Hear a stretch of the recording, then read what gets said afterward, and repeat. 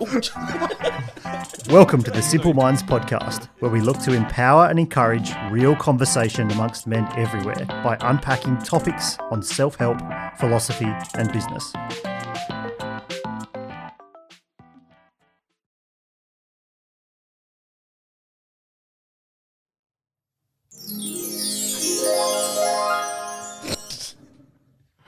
Fuck off with that thing already. Hello, simpletons. It is Travis Hato here for another week of Simple Minds. I am joined by Justin Bourne. What's up?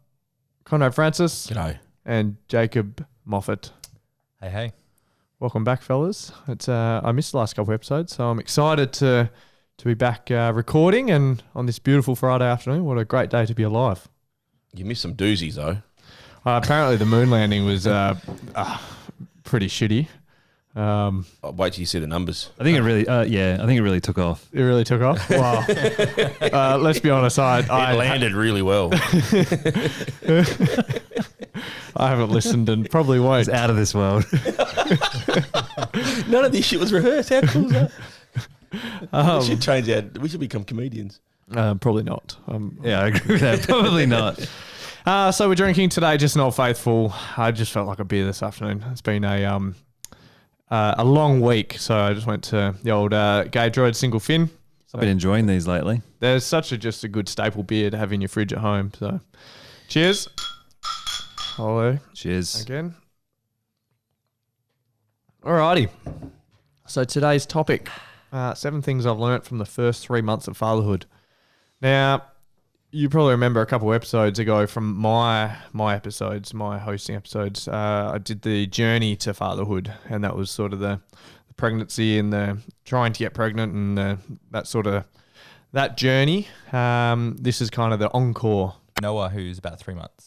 So you're right in the thick of this at the moment. 3 months, So it'll be interesting some of these questions with you. And then Conrad, tell me about your child.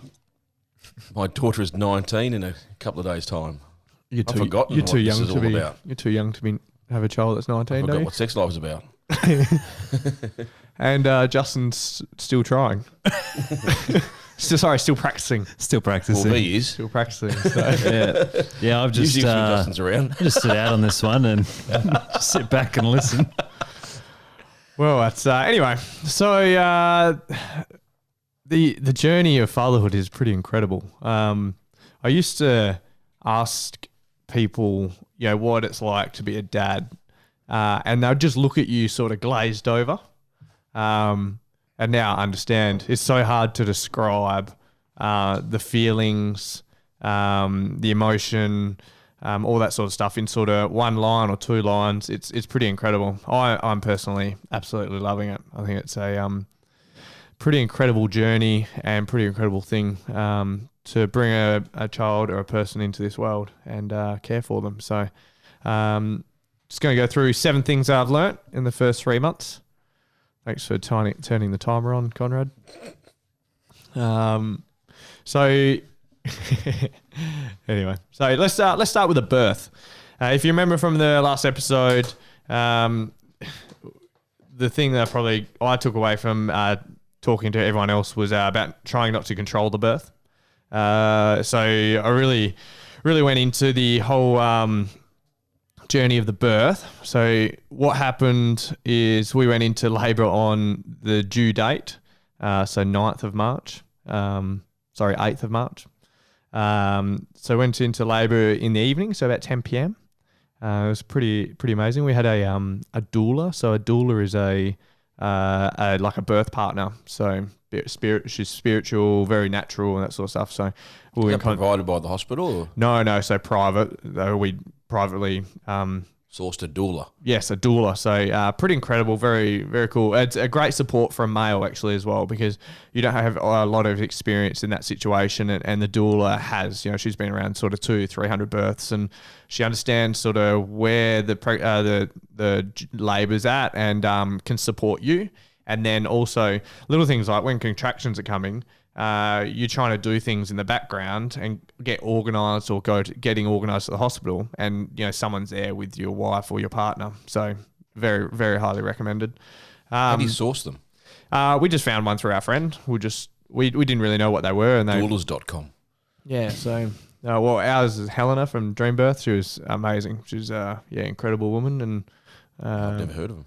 Yeah, so we hadn't as well beforehand, but we started talking to people, and that's what they sort of recommended, and we went down that route, and I would highly recommend it. So labour we were doing sort of as natural as possible, but to start off with, laboured for about 12 hours. Things weren't sort of progressing, so we ended up going to the hospital and having a what are they called? A tap in the back. That's that Epidural? Epidural, thank you. Sorry. Tap in the back, a long needle. My contribution today will simply just be like a couple little corrections. I couldn't think of it for the life of me. Jacob's here with his Dictionary. He's the medical practitioner in the room. Yeah.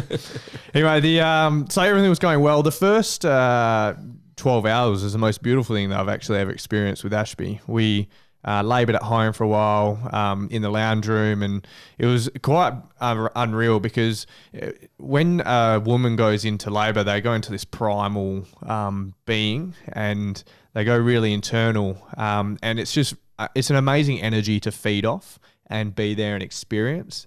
It's so hard to explain, but it's one of the most amazing feelings I've ever experienced. And so moving forward to the hospital, we've had an epidural. Things weren't progressing as quickly as possible, which you'll find out in a minute why. And then so we're using synthetic drugs to bring on the contractions and help it all along, which is good. Got to about 8 p.m. that night, so we're about 22 hours in now, which is pretty normal, I think, for a first birth, apparently. And everything was still going slow, but we're still hitting our marks of sort of where we should be. The head position wasn't in the greatest position, but that's fine.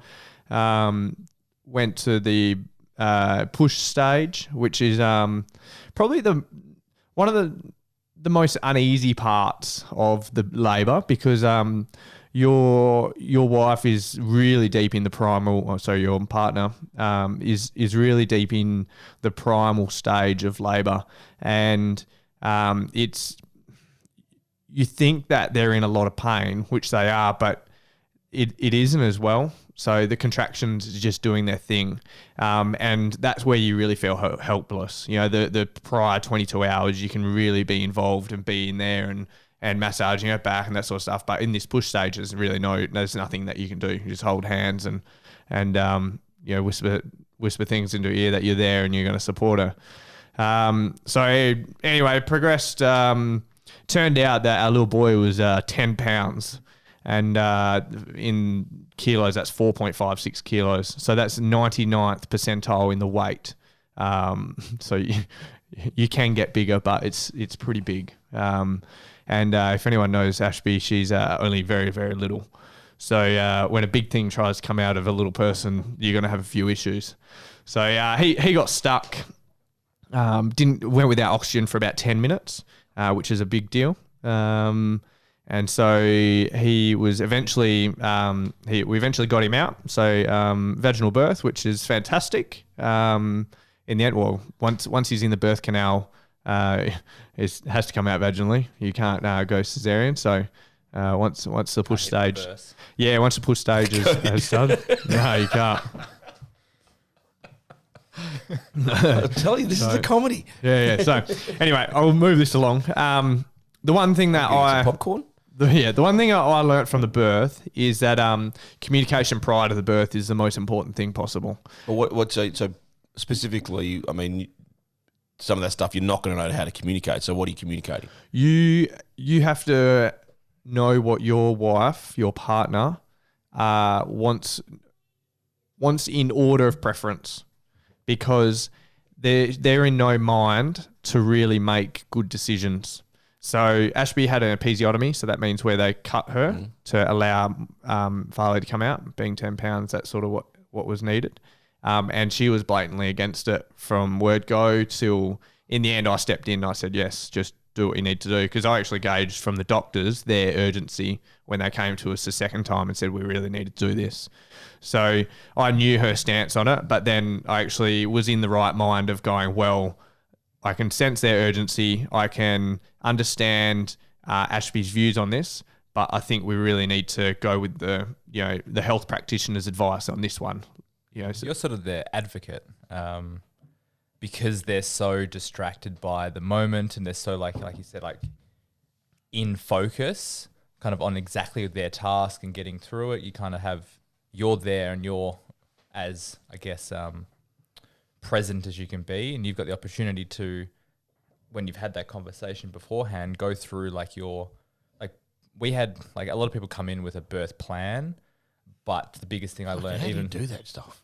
There's so many fucking variables. yeah, so Exactly. the biggest thing I learned before we went in, even the first time, was don't necessarily have a plan, just have birth preferences. Kind of when kind of everything going well, here's how we would like things to go. Once these sort of triggers happen, kind of here's our preferences or our order of, like with Henry's birth, our first boy, we kind of wanted everything to be as natural as possible. Went through the labour, got to the point where, and it was just taking a little bit longer. Ainsley had been pushing for a couple of hours, and they kind of wanted to start speeding things along. I don't think he was in distress or anything yet, but they just kind of were starting to get a little impatient. And things kind of, they went, cool, we got to go and get you got options for either a vacuum or the forceps, which is kind of like, it's like salad server paddles. And Tongs. pretty much that's essentially medical tongs to pull them out. There's no better way to describe it. And we went, cool. But the vacuum gives them the cone head too, so you got to be careful. Yeah. So we kind of opted, that was just what our obstetrician preferred. She went for the vacuum. Most of the time, the vacuum, the episiotomy is just part of the process. So, and those kind of things were starting, I was like, oh shit, these are things I hadn't even thought about. Kind of your mind starts shooting ahead, like what's the impact on your wife or your partner going to be, how they're going to recover, what's the impact on the baby, etc. We sort of ranked it sort of like, okay, natural birth, number one, would love that. Then it's sort of, next thing was vaginal birth, would love to actually have that. And then it's, sort of like mum and baby safe and healthy. Yeah. So if cesarean has to come, that's fine. But we knew, Justin's thinking here, I'm going to take some fucking notes. Yeah, pretty much. I'm listening. I'm listening, and I'm thinking, 19 years ago, I don't think I ever bloody did any of that stuff. Well, and that's it. But don't you just defer to the doctors? A little bit, but because we have such great access to research and courses and Google doctors. Google, essentially, you can go into it a lot better prepared than people did, say, a generation ago. And where we gave birth, King Edward's Memorial, so that's public hospital in Perth, That's Australia. if there's any issues anyway, you would have ended up there. Exactly. Regardless. Well, we ended up with one of the gold team obstetricians, but they are so pro vaginal birth. So their cesarean rate is 13%, which is quite incredible when they get all the hard cases. So they're very pro doing the natural way, but there's so many different avenues you can do it naturally. Yeah. So it's really well, if I could give advice on that, is to be educated on those different avenues and then, rank them in preference. And then when you're talking, because you as a male generally have the right mindset within that situation, you're sleep deprived, but your wife's going either drugged up or she's going through a tremendous experience, you can make those decisions for the both of you, for her, knowing full well what you've ranked in preference prior to the birth. Yeah. Should we get number two? First, one more on the birth. I am the biggest queasy person ever. Like blood and stuff, freaks me out. But if you get the opportunity to go down and have a look, holy shit, go down and just check it out. Because mate, I see that's the advice I wouldn't be giving anyone. Nah, what? I walk past there by accident because they by accident. By accident. How can you walk past by accident? What the fuck? Yeah. Well, you're not up the head end and giving support. Jacqueline decided to become a bugger and reverse herself out of the breached process or whatever she was. The birth canal. She got stuck. Well, she didn't get stuck. She was in the wrong position. Yeah. And so they ended up doing an emergency Caesar, which is fine, no dramas. I mean, it was just, the way they were going about it anyway. And so they put a curtain up, so I'd have to see the guts in that get opened up. And then I went there. That's a Well, it's a bit That's a different. whole It's a bit different seeing a stomach, cut through to a head just coming out of a vagina. Well, yes and no, mate. I mean, guts hanging out is very, very different. See, funnily enough, I'm almost the opposite. I kind of really hoped it wouldn't end up with a cesarean, and we were quite fortunate that both times it was natural. But had it gone to cesarean, I would have been like, oh, that's interesting. I kind of like medical stuff, and I would have peeped over and been like, oh, that's kind of gross. However, No, I wouldn't be looking at that. however, with the natural birth, I was like, no, I'll stay down Ainsley's side. I'll kind of out of sight, out of mind. And I don't know. I thought about it and we discussed it, and I was like, I'm more than happy not to see that, so I can kind of I don't know. You find both ways. Consider your options. Some say it's the best thing they've ever experienced. Others say oh my god, it ruined my sex life. Consideration And taken. everywhere in between. All right, number 2. The first 3 months. For a friggin' butcher. Number 2, the first 3 months is about the mother and the baby.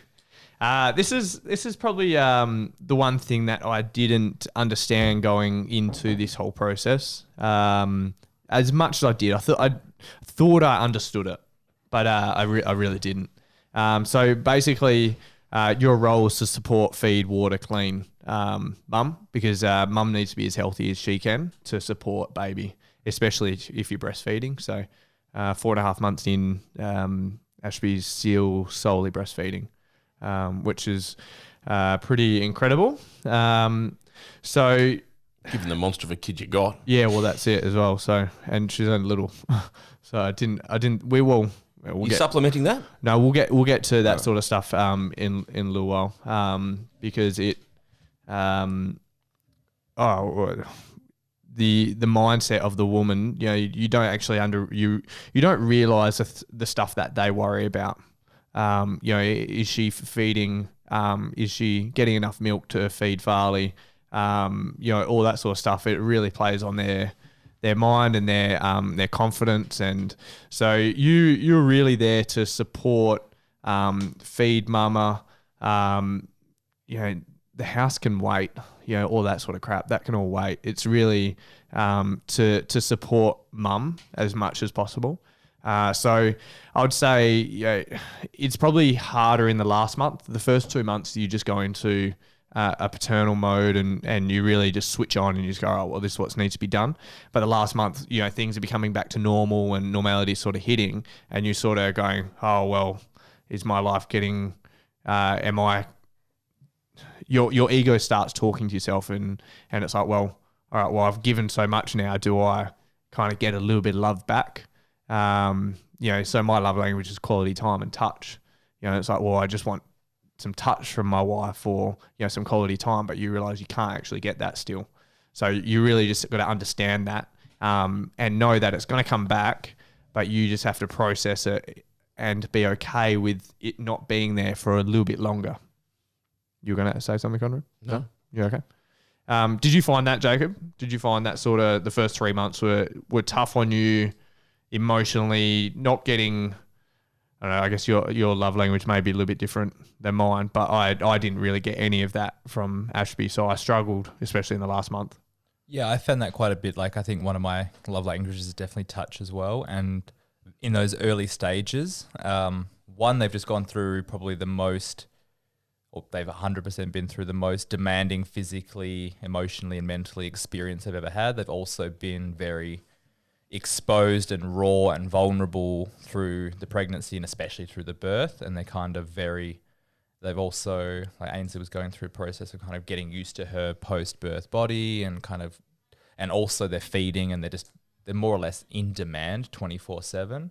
So there's a term you learn pretty on called being touched out, where they just all day the child is demanding, they're feeding, they're all over them, and they just kind of don't really want to cuddle you.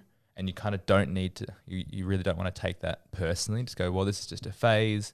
It's not that they don't love you or they love you any less.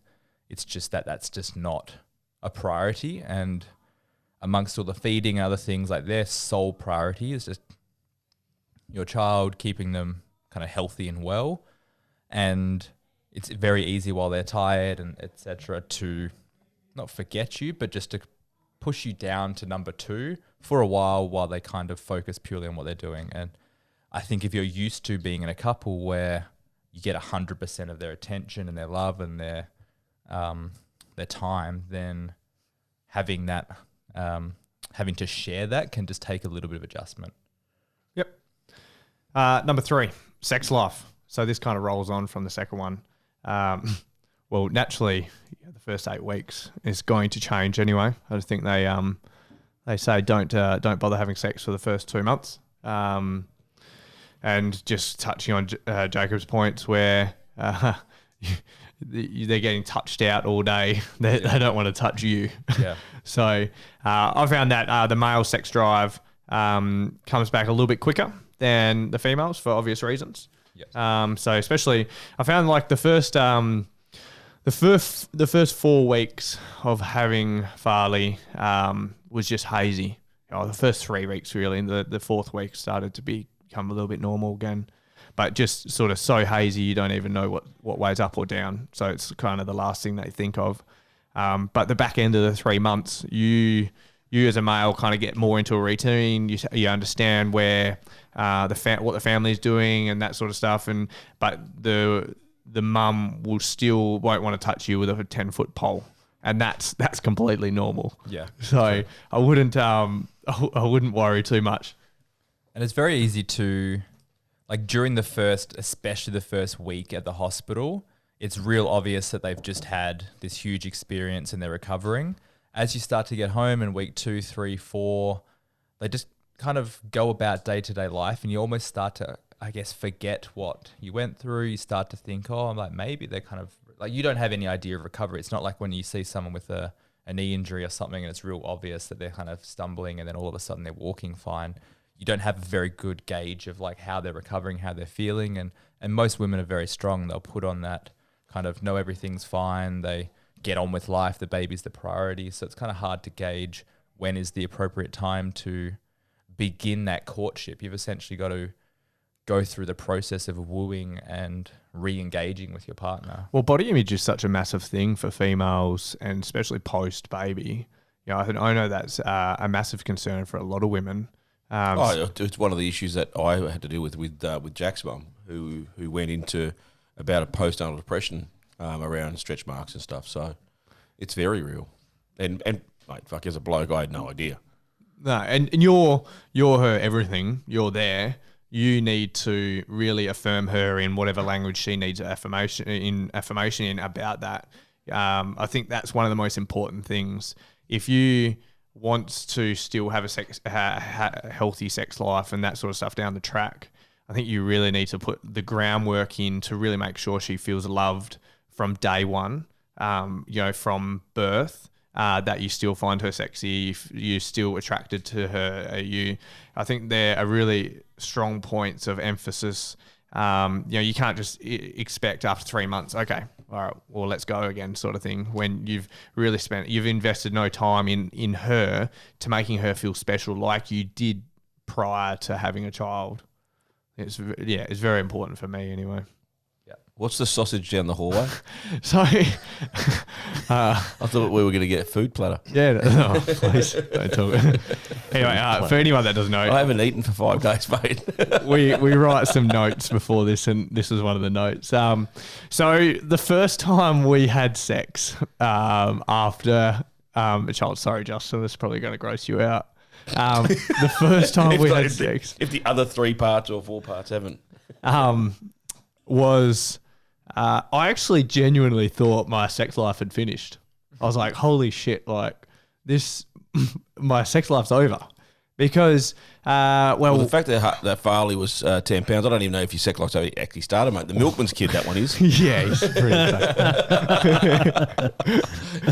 It doesn't help that he's half black. What, Conrad? What are you been around my house lately? No. So genuinely, I thought my sex life was over. I was like, oh, it's a bit like a sausage down the hallway sort of thing. And yeah, like no one tells you this. I didn't realize that it takes 6 weeks post birth for the woman's organs to move back into place. So that's how long it takes, like because all their organs and stuff move to be able to grow this baby within their body. It's incredible. The human body's an insanely amazing thing. Anyway, so it was a bit like throwing a sausage down a hallway. If anyone, you can't touch the sides, just to spell it out for you, Conrad. I reckon I'd be throwing a couple of googlies. But Thanks for sharing. no, but genuinely, I like it really Shouldn't see worried my me face. for a week or so. For a week or so after, it actually really worried me, and I didn't really want to talk to Ashby about it because shit, like she's just given birth. This is the last thing that you want to worry her with, right? And then eventually I had the conversation with her, and she was actually fine about it. She wasn't too stressed. But the more time went on, the more normal stuff it went. So Fortunately, the human body is The very hallway got back to being the hallway. the human body is very resilient. Like it's designed and has evolved to stretch and accommodate during the pregnancy, during the birth, and then go back to essentially the same way it was before. It just takes time. And I remember, especially when you've had some form of intervention, whether it be natural tearing or an episiotomy, there's scar tissue, there's stitches, etc. And it's just naturally just a little bit tender. So I remember the first time it was a very strange feeling because similarly it felt very accommodating. However, Choice of words. I can't remember. However, Mind you, but it mind also you. felt like the first time. Remember maybe the first time you have sex and it's Like a sausage it's down the very, hallway. it's the opposite. It's very. It's Who like were you sleeping with? It's I don't know, someone who was similarly inexperienced. Ainsley, believe it or not, and you have to go very slow. You have to be gentle. Like you take it like a first time. It kind of almost felt like that again. I had to be very slow, and it was kind of for the exact same reasons. It's tender, it's sore, it's a new thing. You kind of have to almost begin. I honestly again. can't imagine. I can't remember putting that much thought into it. well, it genuinely I feel worried really, me. really bad right now. Man, for like 2 weeks after it, I was genuinely like, holy fuck, like, what am I going to do? Like, anyway. So to wrap up point 3. You're getting scared now, aren't you? Man, well, to wrap up point 3. all This goes has back to normal. been an interesting. There's going to be a checklist Conversation. given to you after this. I got it right here. But this is why I brought this up, because there's so many things that it's you good. experience that is completely normal that most men go through. I feel has never completely spoken Neanderthal, about. to tell you the truth. I mean, because I've not given it any thought. It's because you're not a new age man, Conrad. Well, I thought I was, but the stuff you guys are thinking about, I didn't. I must have taken for granted because, I mean, obviously the issue still existed then.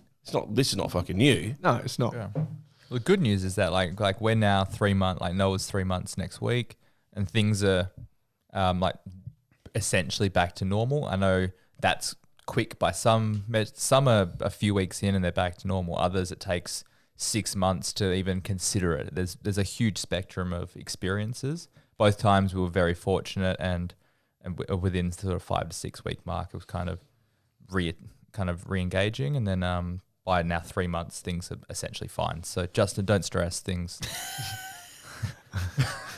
Anyway, Justin may not be stressing. I am for him. So to recap sex life, I think the key takeaway for me is give to give, not give to receive. So you need to give love to your wife to make her feel special, make her feel sexy, appreciated, and don't expect anything from that, because if you're giving it and then going, well, fuck, why aren't you But isn't that just a life lesson anyway, mate? I think so. I'm just tying it back to It's an this. especially critical time to give without expectation. Yes, very, very, very, very much so. Because the analogy I got told was if your partner is breastfeeding, it's like she's running a marathon every day. That's the toll it takes on their body. So it's pretty demanding on their body. Anyway, point 4, time. It becomes more valuable. This is sort of a given. I think I use this in the context because I own my own business and play high level basketball and trying to fit everything in. So then I spend enough time with my family. And for me, it's definitely changed my time preferences where I spend it. Spending more time at home. I've never actually spent so much time at home in the last 4 months.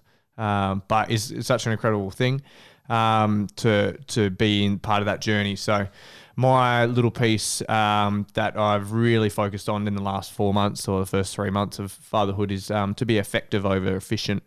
It's really taken my life to the next level of no procrastination, actionable items that are really effective over efficient. I think, Conrad, yes, you're going to say that's a life lesson as well. But having a child in the first 3 months, I think it teaches you that even more. And that's one thing I've taken out of the last 3 months is, can anyone shed any light? Is that something, I know, Conrad, you focus on that in life anyway. But that I'll say to everybody, like Jacqueline turns 19 on the 5th of August. And I will say she's been the biggest life teacher. And part of it is prioritising what you do. No, I mean, shortly after Jack was born, about a year after Jack was born, I was separated from her mum and raised Jack in my time as a single dad. So, time was even more scarce because in my It's because you didn't read the 3 first points. Well, clearly I fucked up on the first 3. That's why. Well, that part's a blur. The time part is real clear.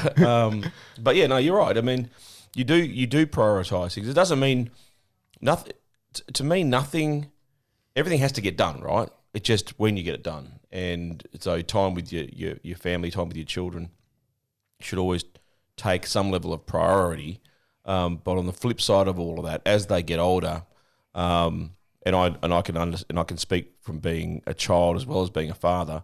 Of my dad used to work 2 jobs and stuff. So yeah, whilst I used to miss him and not necessarily understand him as a kid, as a parent, I get it. So I think sometimes you've really got to. You might go out of your way to try and make people understand why you're not around as much, but you've got to do what you've got to do, and you've got to honour yourself in the process and trust that the learning will be there for the people around you. Well, that's what I was going to ask. Is like, how have you balanced, I guess, the essence of potential, that guilt of maybe doing other things now that you've got a child, and doing your other responsibilities? Basketball. That's one thing that I've really grappled with over the past year because that's a pure enjoyment thing for myself. So I almost feel a little bit selfish doing that and not being there. And that's just conversations with Ashby, and she fully supports me to do what I enjoy, but I have to trade something off, whether it's less sleep or slightly less time in the business. That I would say basketball has been a big one for me this year to grapple with and understand that yes, that is solely for me. It's a tricky one to kind of work through in your own head. And I had a kind of similar experience this year where last year I played a season of football. That was after Henry was born, and it was something I really wanted to pursue and really wanted to do, and Ainsley supported that, and it took a lot of time away from family. Whereas by the end of the season, I kind of realized I'd achieved what I wanted to achieve. I was pretty happy with the experience, and this season I decided that with 2 boys especially, the timing wasn't right, and I've just invested a little bit more time in the business, instead knowing that the kind of long-term outcomes for our family is going to be more important. At the moment, I kind of have 5.5 days a week in the business and 1.5 days a week with family, which is not an ideal long-term ratio. But like you said, Conrad, I know that's that's what I'm doing short term and kind of medium term to set ourselves up for the future. So Is there an ideal ratio, or is that's just on the individual? Isn't Ratio with what time? it? Time spent away. I think it's highly individual, and I think Yeah. you know based on, and I'm speaking from a resentful child not having his dad around to being a father having to lead a child. That's a spectrum I'm speaking from. You become the role model you have, right, as a child, and then as the father, you have to be the role model you want them to become, and I don't think there's any easy way to make the decision. I think it's a grapple on a day-to-day basis. But what you have to keep very, very front and square of mind is what is it you're trying to produce, and give them an opportunity to see that as often as possible, because you become what you see. Because a lot of the time I hear, as well as like you can spend, I guess, coming to quality time. Like, you know, there's that grapple between spending a whole day with your family versus you could actually the kids don't even care about you for half of that time anyway, because they want to do their own thing. And then it's that relationship between quality time and actual present time. Well, the flip on that, then you've got to also manage your relationship. Okay, I think so. You're right. I think the children are largely adaptable. Sometimes your partners may not be, and I think that's the conversation that's really, really more important at times, because that then becomes what your child is around as well, is whether your partner's supporting you doing that or not. And what I saw as a child growing up, so my mum was never resentful for my dad not being around, because she knew what he was doing to provide for the family. But being in a relationship, and like I said, you know, Jacqueline's mother and I separated when Jack was 1. I did the same thing my dad did. I went back to work real quick, and having the birth of my daughter, who wasn't planned, by the way, and then trying to react to that, I went back and did what my dad did, and that's went to work to provide, and that wasn't acceptable. So my role model was being my dad, which was okay for my mum, wasn't okay for me to be that to my partner. And I didn't think about communicating that. I just went into, you just go back into what you know. Yep. All right. So 5th point, your relationship with your partner doesn't have to change. Oh, good flow. Sorry. Now, if you listen to the previous podcast, that this is the sequel. Thank you, Jacob. You'll find out that this is probably one of my biggest fears of having a child. You know, it's an ongoing battle. It's going, your relationship with your partner is going to change. That's just the way it is to a certain extent, because there's someone else that takes up a lot of your time.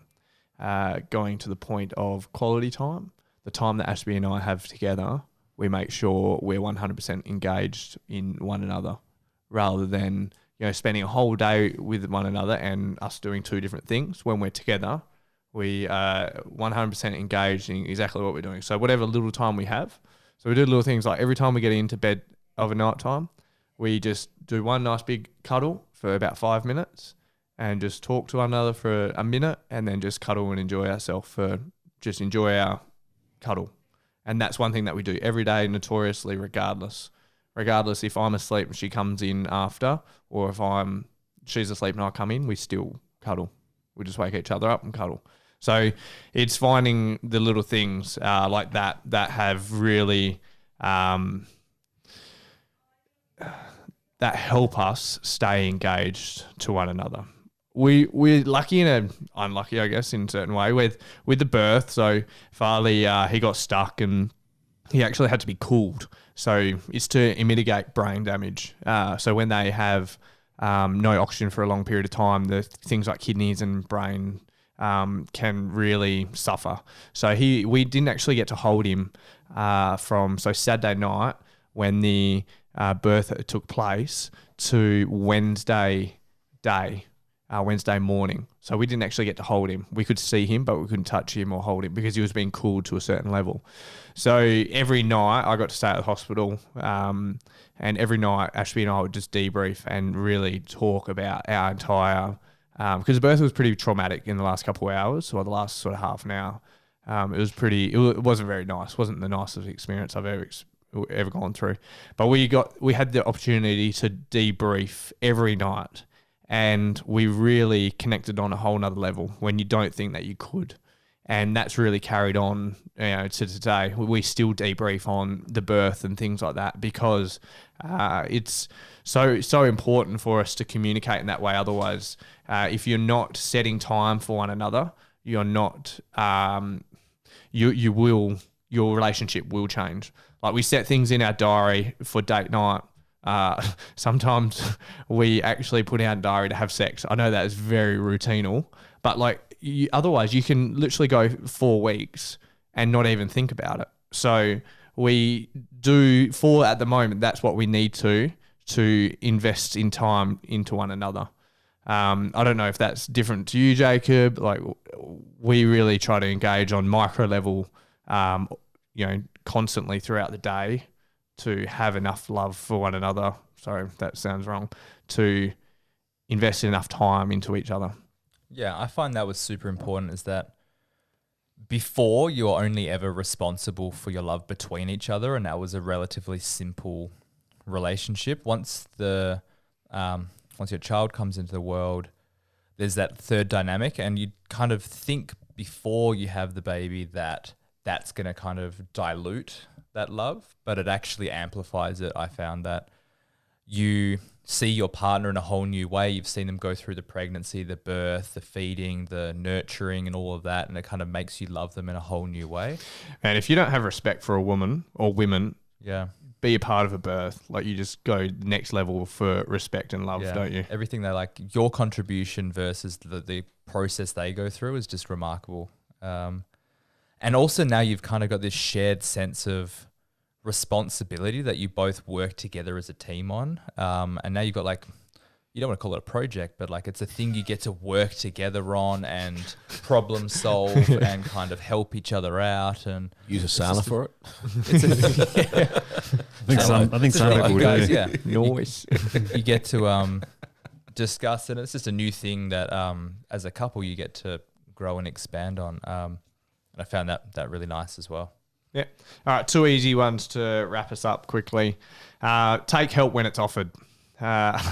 Don't be too prideful or egotistical to literally take help when it's offered, especially in the first month. When someone wants to come over and clean, do not say no. Just go, yes, thank you.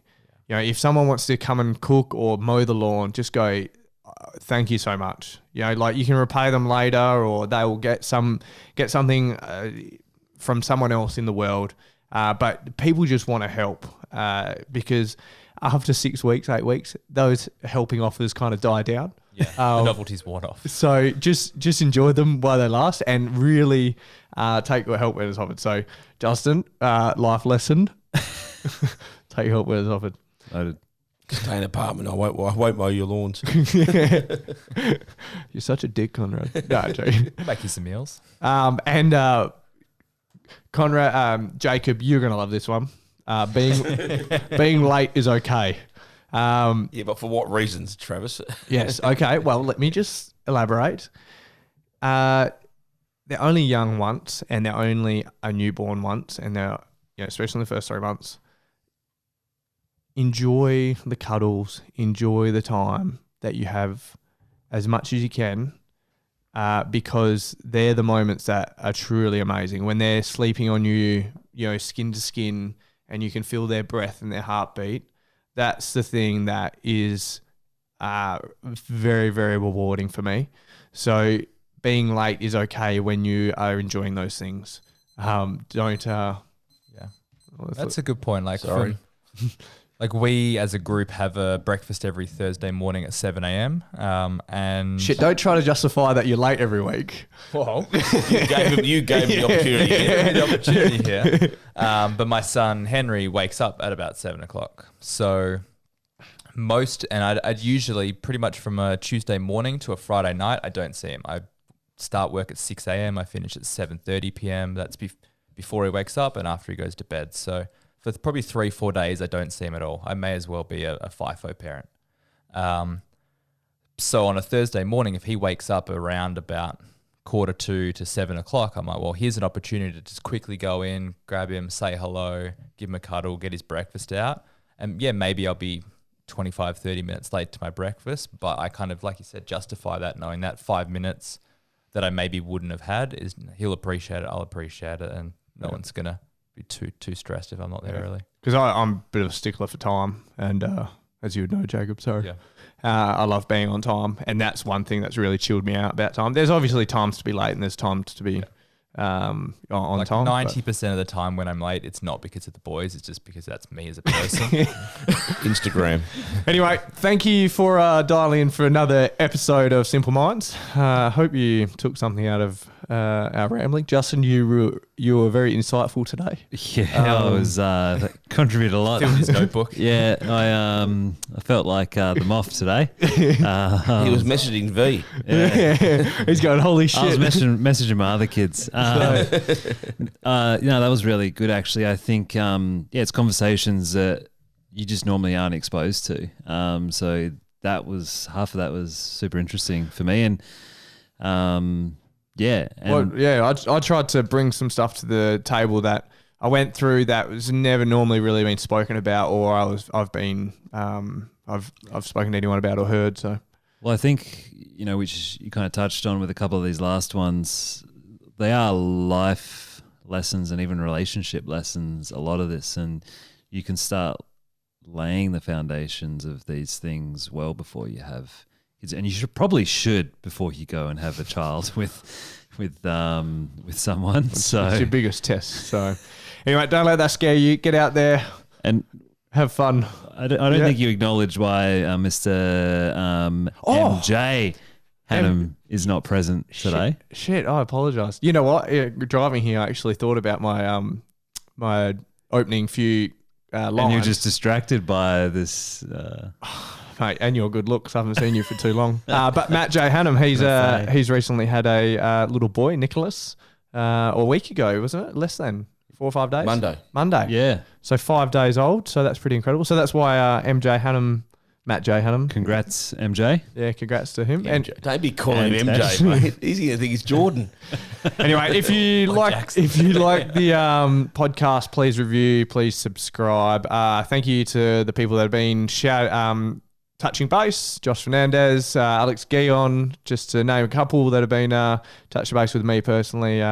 Love that you reach out and tell me what you think and all the good bits and the bad bits. So anyway, we'll see you next week, and bye for now.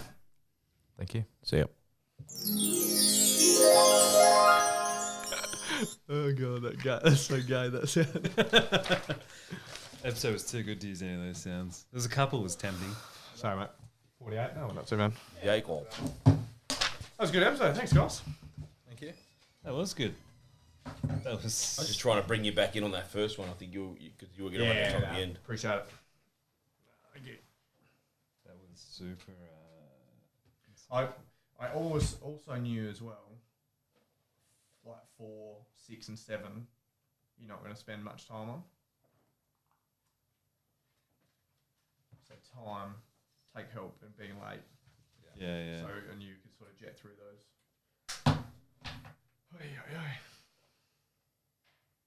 Didn't scare you from trying to have kids at all? Well, some of the other things that you touch on, I think, probably outweigh all of that anyway. Oh, yeah. When you go up a level, it's super interesting to think about how the human body is designed and how the chemicals are designed in a way to outweigh all that negative and all of that kind of trauma. At this stage, you've got no plan. Like, just how you were touching about and back to the office. And, the moment of saying a little one even touching your skin and those kind of moments. Mm-hmm. It's amazing how we're designed to do you know what I'm trying to say? Yeah, like... the positive outweighs how actually fucked up. What is fucked up, really? It is. Yeah, pretty insane. But no. Thank you. That was good. Yeah, that was very good. I think weird. What? So the moon landing, did that get heaps of downloads or something? No, I don't know. Fuck, I was gonna say it was just good opportunity for some puns, some lols. We're not sure yet. They'll I think engaged in conversation. There was definitely a lot of on-flow conversations. Yeah. It was just good timing, I think. It was relevant at that time. Well, we almost need to do a few things like that every now and then, just sort of Things that are like comedy. historically relevant. Has the numbers for moon landing come in yet? Yeah. If I recall, did all right. I think it crossed 200 downloads mark pretty quickly. Yeah. So it didn't do too bad. What did that lady from Space Cube or Square Cube or?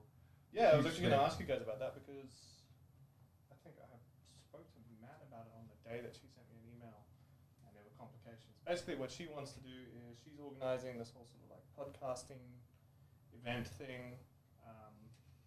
Basically, educating people about how podcasts are made and produced and the amount of effort and time that sort of goes into it and stuff like that. And the big thing that she was looking for was a podcast like ours, which was going to be, we were going to do like a recording of a full episode in front of like a live audience. So like a whole like The View kind of thing, but Simple Minds version. That's pretty cool. Yeah, super cool. And so I got pretty excited about it. I was like, oh, that's awesome, blah, blah, blah. And then she was like, when is this happening? When can we organize? And she said first week of October. Oh, we're all the way. So, Oh, where are we? David Destiny. yeah. Literally 1, 2, 3. You're not coming, are you? So, and Tony you'll be away Robbins. by then. That's William Whitehouse. Whitehouse. Yeah, Whitehouse. Okay. Yeah. So we can't, there's no other day for us. Well, that's the thing I was going to ask you guys about, because the only date that's sort of negotiable is the Monday that precedes that, so it's like 31st of September. I won't be here because we fly in a little bit earlier, Yeah. so I won't be here. I mean, if it's 4 out of 5, that's not too bad. I think I'll fly on that Monday as well. But yeah. Just move the whole event, lady. God, I kept on asking. I asked The about all divas kinds here. of different options. I was like, so Ah. what about this date? Nah. I'll can't fly do out that morning. Yeah. Yeah. So I'm gonna have to give it bad news, which is a bit annoying. Oh, bummer. that sucks. That would have been awesome. It would have been super The event's been the event she's organising is concrete. Yeah, pretty much. They've organised. It's really annoying because they've pretty much organised the whole event for all of the days following that first week, and we would have slotted into that first week. And literally we're all away. And it's like the one time, and I was like, I'm sending her an email being like, they never do this, and they're all gone on that week. That's crazy, yeah. Wasn't meant to be. So there you go. I mean, she might find another spot for her. Yeah. It's going to continue. So, yeah. I mean, either way, I mean, I'd probably still go back to her and say that we'd still probably like to do one there live. Yeah. If on another day, if she wants to position that, we could probably do one there live. Yeah. Well, that's the thing. I think most of it's for this sort of event thing that's happening, but I'll see if I can actually work with her and see if we can do something that's like just later in the year, or you know, even if it's not event attached, maybe just do some sort of like single event or something. Who knows? Yeah. So that's the big thing that Caddy was talking about.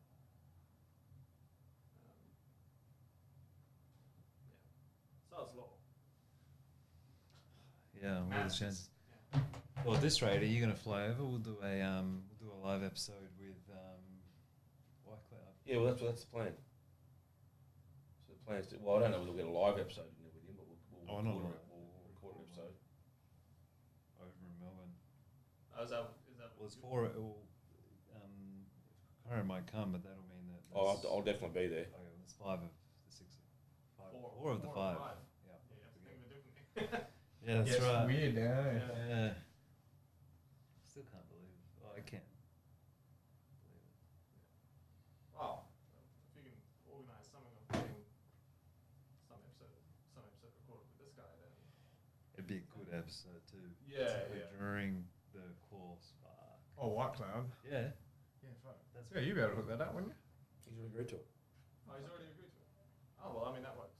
That's He's sort agreed to he's agreed to being on the podcast. Now we could dial him in sooner if we wanted to, but I think they might have better, more Q&A when you guys have gone through the process. okay. Well, Matt's going to fly out Sunday night, so So what's we the timing for that? what exactly is it? It's like a 5-day big, course. big seminar thing. Yeah, Yeah. Wednesday morning to Sunday afternoon, pretty much. Right. So are we trying to do it? We can do it after one of the days. Yeah, we trying to do it like Friday night or Saturday night or Sunday. We'll just figure out which day works. Well, that's the case. Then have to organise making sure you guys have the right kind of gear to actually do it. Yeah. So Adam said, yeah, well, I've talked about it with Matty. So he said he's fine to do it. So I think that's going to be a conversation between you and him. Yeah. I'll talk to him about it. Cool. Well, that's cool. Is this still recording? Should I be stopping it?